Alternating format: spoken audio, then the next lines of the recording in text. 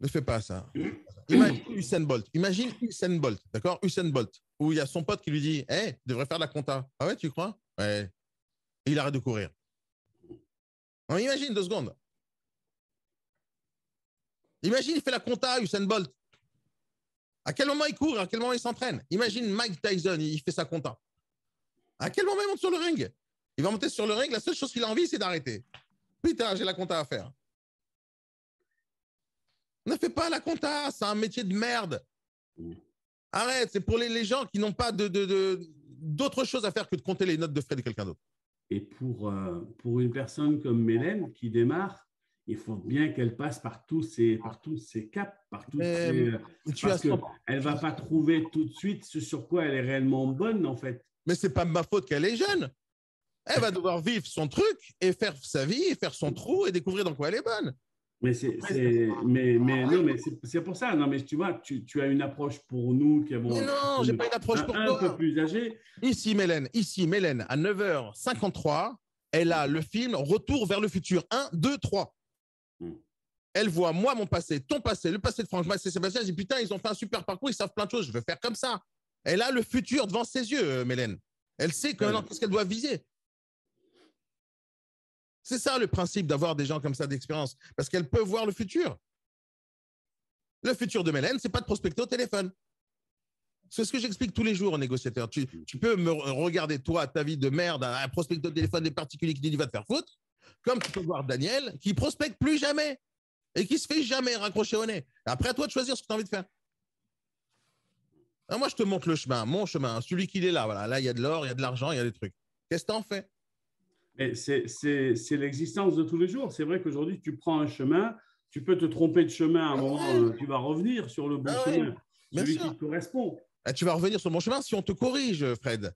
Parce qu'il y a des tonnes de gens en prison. Il y a des gens qui sont en prison, qui on n'a pas corrigé. Il y a des enfants dans des foyers d'accueil. Il y a des femmes battues. Il y a plein de gens malheureux sur cette planète.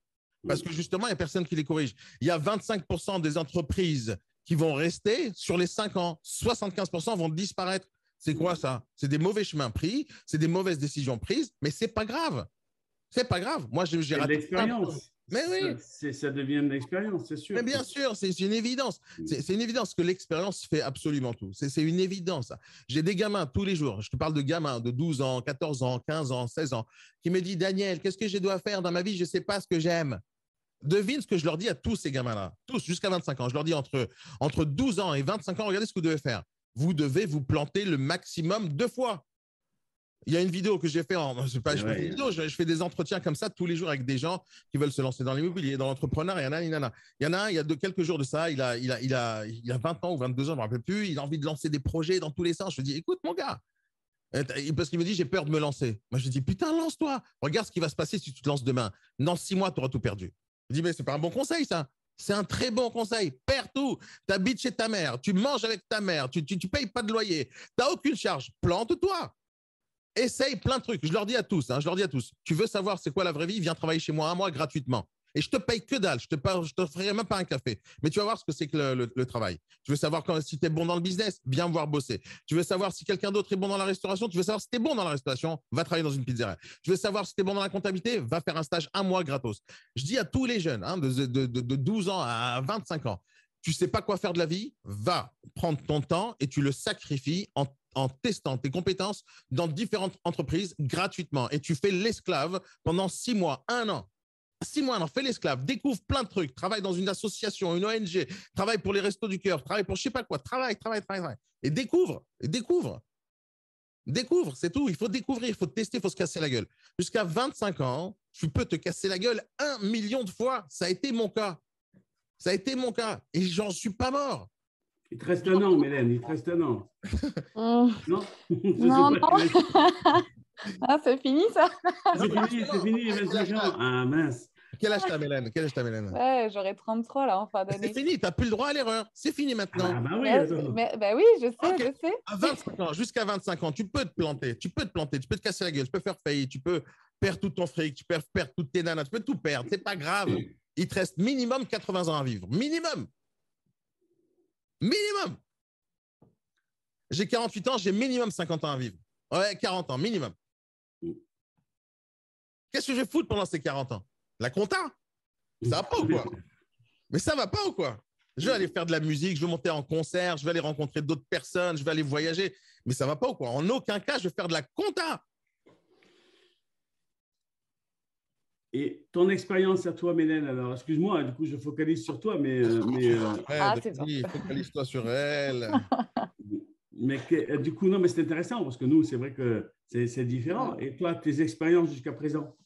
C'est en fait le conseil que vient de donner Daniel, là, de se tromper, de se retromper, de se retromper. Moi, j'aurais aimé l'avoir parce que j'ai fait des longues études et je trouve que du coup, il n'y a pas le temps pendant ces études d'essayer tout ça, te tromper parce que tu es dans les études et tu fais rien d'autre. Du coup, à part quelques stages à droite à gauche, je te dis la grande vérité, Mélène. Attends, laisse-la finir. Ouais, je vais finir, je vais laisser finir, bien sûr. Mais tu sais, c'est quoi la grosse vérité qui va te décevoir pour le restant de ta vie? Je sais. C'est que tes études sont servies à rien. Mais je la connais déjà, cette vérité. Sinon, c'est par ça que je suis là, en fait. Il n'y a pas besoin d'études pour réussir dans la vie. Il n'y en a pas besoin. D'accord? Il y a besoin de la structure de l'école. Il y a besoin de la structure des examens, du challenge, de la rencontre sociale avec d'autres personnes. Mais l'école, elle n'est pas faite pour enseigner quoi que ce soit à qui que ce soit. Hein. Je sais. Je pense que si on devait faire une analyse de tous les gens de France, combien exercent leur activité sur laquelle ils ont étudié? Il y a 70% de CDI et CDD en France, d'accord? 70%. Oui, mais combien font le métier sur lequel ils ont étudié? 60 millions d'habitants, il y a 70% de CDD et CDI. Sur 60 millions d'habitants. Il y a combien de personnes qui ont vraiment envie de vivre le rêve? Il n'y en a pas autant que ça, tu comprends?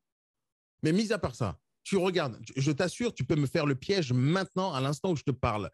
Pose-moi une question sur un domaine que je ne maîtrise absolument pas et dis-moi de tout expliquer sur ce domaine. Vas-y, donne-le-moi. Vas-y, n'importe quel domaine que j'ai jamais étudié, bien sûr.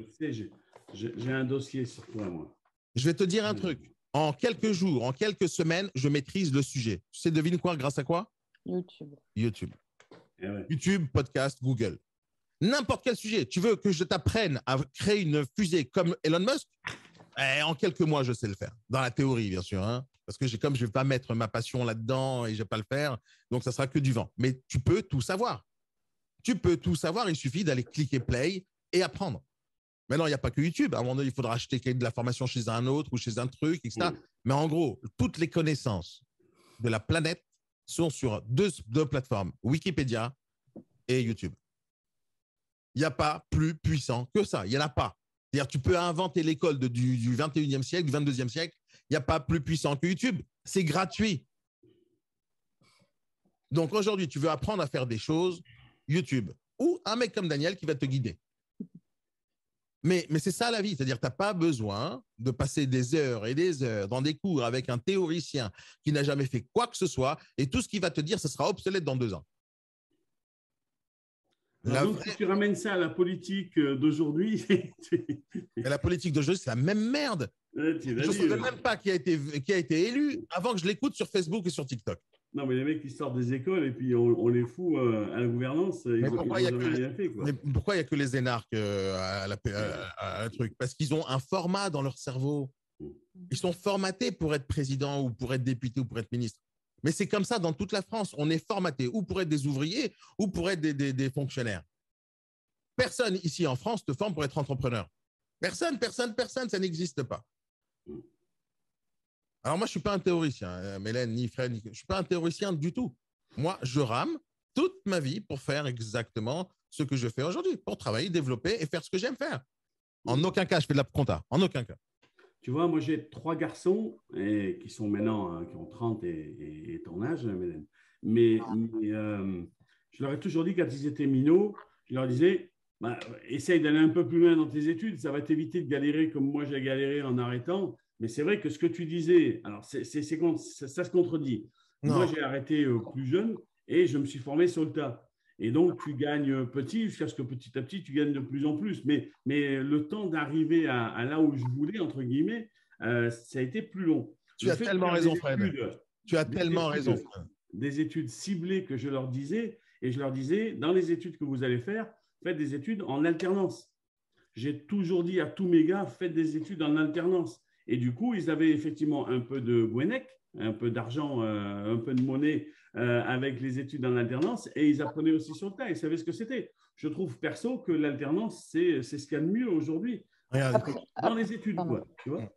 Après, le discours, en fait, tout dépend de la vie qu'on veut mener, je pense. Le discours de faire des études, oui, enfin, faut monter. Si ta vie, c'est un CDI dans des boîtes, si tu es salarié toute ta vie, il n'y a pas de souci. Et je le recommanderai toujours parce que quand moi, je suis sortie des études, j'ai eu un salaire, peu importe lequel il était, j'ai eu un salaire assez haut rapidement par rapport à un mec qui est sorti d'un bac ou même d'un BEP qui aura mis 15 ans à avoir le même salaire que moi au même âge, on va dire.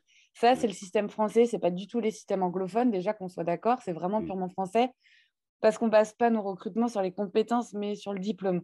Après, demain, si d'un coup, tu as le déclic comme moi à 30 ans qu'en fait, la vie d'un CDI dans des postes très haut niveau, même si ta carrière elle est tracée, tu te rends compte que ça ne te mènera jamais à la vie de tes rêves et que là, aujourd'hui, il faut changer et que l'entrepreneuriat, c'est la solution pour faire de ta vie un rêve. Enfin, pas un rêve, mais quelque chose, voilà, quelque chose qui va te rapporter vraiment de l'argent, où tu vas vraiment être autonome et tu ne dépendras pas d'un patron.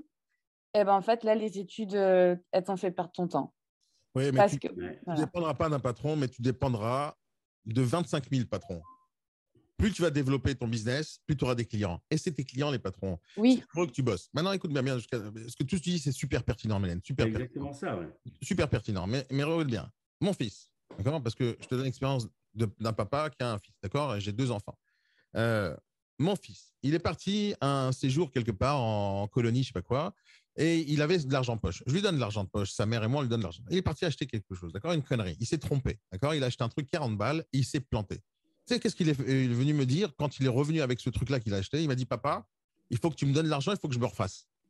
Il m'a dit ça. Il avait 11 ans, d'accord? C'était l'année dernière. Enfin, il y a quelques mois, vu qu'il vient d'avoir son anniversaire. Moi, je dis, il faut que tu te refasses. Il faut que tu te refasses. Et pour te refaire, tu me demandes de l'argent à moi. C'est comme ça que tu réfléchis. Non, non, non. Je vais t'apprendre maintenant comment on travaille avec de la merde. Tu vas prendre ce produit, on va faire une photo et on va le mettre sur le Bon Coin ou sur le marketplace de Facebook. Je t'apprends à le vendre. C'est où tu le fais, tu récupères tes sous, ou tu le fais pas et tu vas perdre ton argent. Il l'a pas encore fait parce qu'il est nul en informatique, c'est normal, il a 11 ans. Donc, je vais l'aider à le faire ça. Mais regarde ce qui s'est passé quelques jours plus tard. Il est passionné par les mangas, il est passionné par le dessin, il est passionné par l'écriture et par les histoires comme ça. Il est passionné par ça. Ça, à son âge, il adore ça. Il décide d'écrire une histoire et de créer un manga, d'accord, à son âge. Écoute bien. Alors, bien sûr, c'est un enfant, d'accord, donc ça va pas être terrible et un truc de ouf, mais il a cette envie-là. Alors, il sait pas comment faire. Il me dit, ah, j'ai une histoire, etc. Bah, je lui dis, écris l'histoire. Et il commence à rédiger l'histoire.